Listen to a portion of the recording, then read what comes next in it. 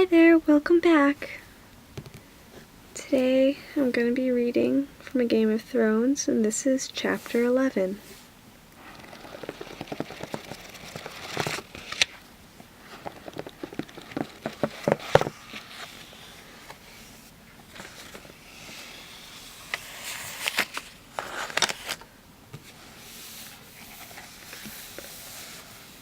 Jon.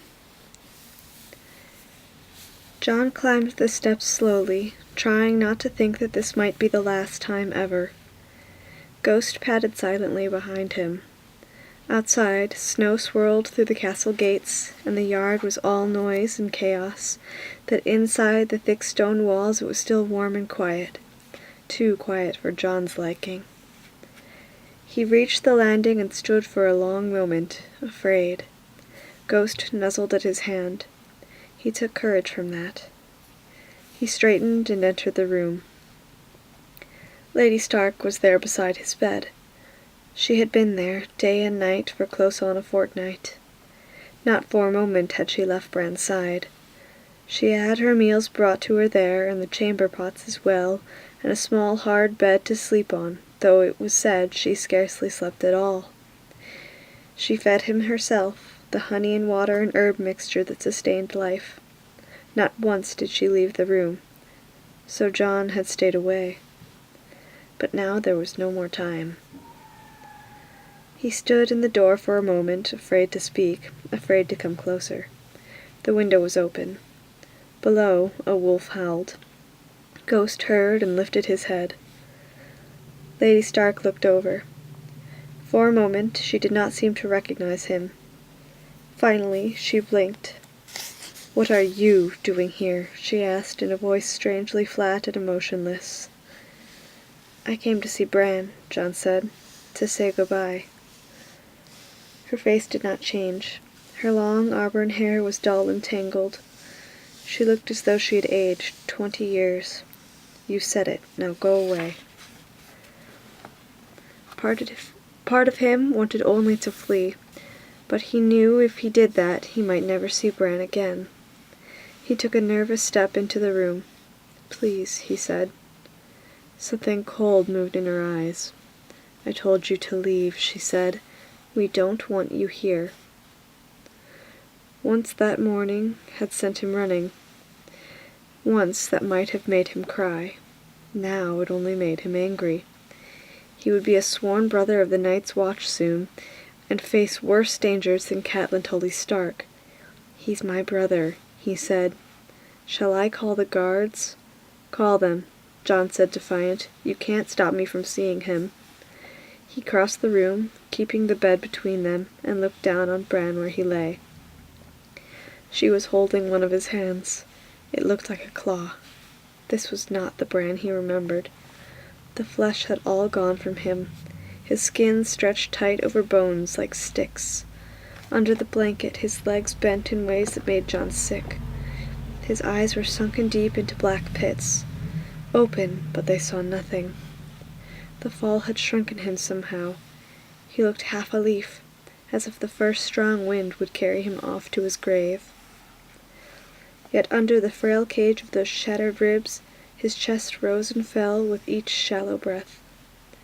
"Bran," he said, "I'm sorry I didn't come before. I was afraid." He could feel the tears rolling down his cheeks. Jon no longer cared. "Don't die, Bran, please. We're all waiting for you to wake up. Me and Robb and the girls, everyone." Lady Stark was watching. She had not raised a cry. Jon took that for acceptance. Outside the window the direwolf howled again. The wolf that Bran had not had time to name. I have to go now," Jon said. "Uncle Benjen is waiting. I'm to go north to the wall. We have to leave today before the snows come." He remembered how excited Bran had been at the prospect of the journey. It was more than he could bear, the thought of leaving him behind like this. Jon brushed away his tears, leaned over and kissed his brother lightly on his lips. "I wanted him to stay here with me," Lady Stark said softly. Jon watched her, wary. She was not even looking at him. She was talking to him, but for the part of her, it was as though they were not in the same room. "I prayed for it," she said dully. "He was my special boy. I went to the sept and prayed 7 times to the 7 faces of God that Ned would change his mind and leave him here with me. Sometimes prayers are answered." John did not know what to say. "It wasn't your fault," he managed after an awkward silence. Her eyes found him. They were full of poison. "I need none of your absolution, bastard." John lowered his eyes. She was cradling one of Bran's hands. He took the other, squeezed it, fingers like the bones of birds. "Goodbye," he said. He was at the door when she called out to him. "John," she said. He should have kept going, but she had never called him by his name before. He turned to find her looking at his face as if she were seeing it for the first time. "Yes," he said. "It should have been you," she told him. Then she turned back to Bran and began to weep, her whole body shaking with the sobs. John had never seen her cry before. It was a long walk down to the yard. Outside, everything was noise and confusion. Wagons were being loaded, men were shouting, horses were being harnessed and saddled and led from the stables. A light snow had begun to fall, and everyone was in an uproar to be off.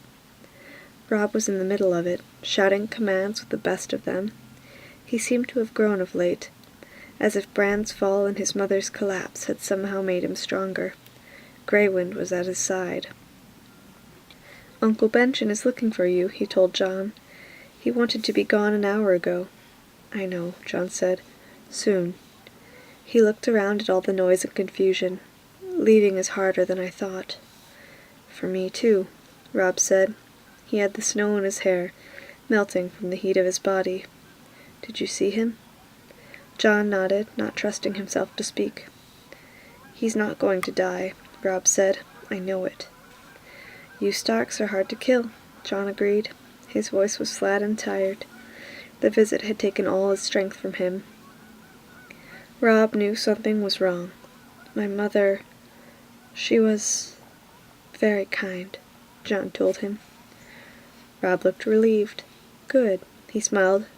"The next time I see you, you'll be all in black." John forced himself to smile back. "It was always my color. How long do you think it will be?" "Soon enough," Rob promised. He pulled John to him and embraced him fiercely. "Farewell, Snow." John hugged him back. "And you, Stark. Take care of Bran." "I will." They broke apart and looked at each other awkwardly. "Uncle Benjamin said to send you to the stables if I saw you," Rob finally said. "I have one more farewell to make," John told him.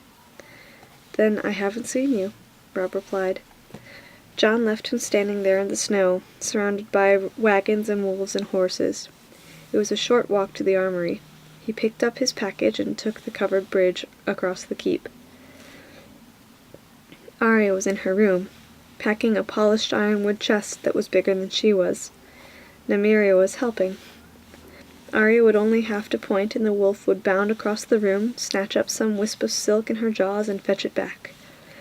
But when she smelled ghost, she just sat down on her haunches and yelped at them. Arya glanced behind her, saw John and jumped to her feet. She threw her skinny arms tight across his neck. "I was afraid you were gone," she said, her breath catching in her throat. "They wouldn't let me out to say goodbye." "What did you do now?" John was amused. Arya disentangled herself from him and made a face. "Nothing. I was all packed and everything." She gestured at the huge chest, no more than a third full, and at the clothes that were all scattered all over the room. "Septa Mordaunt said I have to do it all over. My things weren't properly folded," she said. "A proper southern lady doesn't just throw her clothes inside a chest like old rags," she says. "Is that what you did, little sister?" "Well, they're going to get all messed up anyway," she said. "Who cares how they're folded?" Septa Mordaunt, John told her. "I don't think she'll like Nymeria helping either." The she-wolf regarded him silently with her dark golden eyes. "It's just as well. I have something for you to take with you, and it has to be packed very carefully." Her face lit up. A present? You could call it that. Close the door. Wary, but excited, Arya checked the hall. Nymeria, here, guard. She left the wolf out there to warn off intruders and close the door. By then, Jon had pulled off the rags he'd wrapped it in. He held it out to her. Arya's eyes went wide. Dark eyes like his. A sword? She said in small, hushed breath. The scabbard was soft gray leather, supple as sin. Jon drew out the blade slowly, so she could see the deep blue sheen of the steel. This is no toy, he told her. Be careful you don't cut yourself. The edges are sharp enough to shave with. Girls don't shave, Arya said.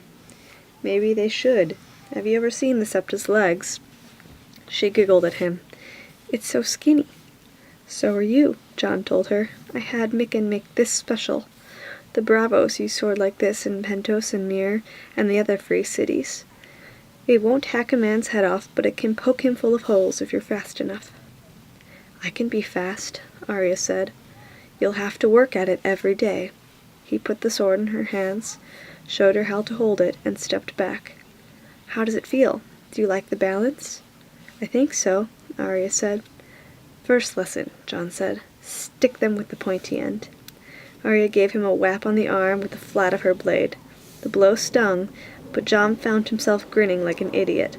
I know which end to use, Arya said. A doubtful look across her face. Septa Mordaunt will take it away from me. Not if she doesn't know you have it, Jon said. Who will I practice with? You'll find someone, Jon promised her. King's Landing is a true city, 1,000 times the size of Winterfell. Until you find a partner, watch how they fight in the yard.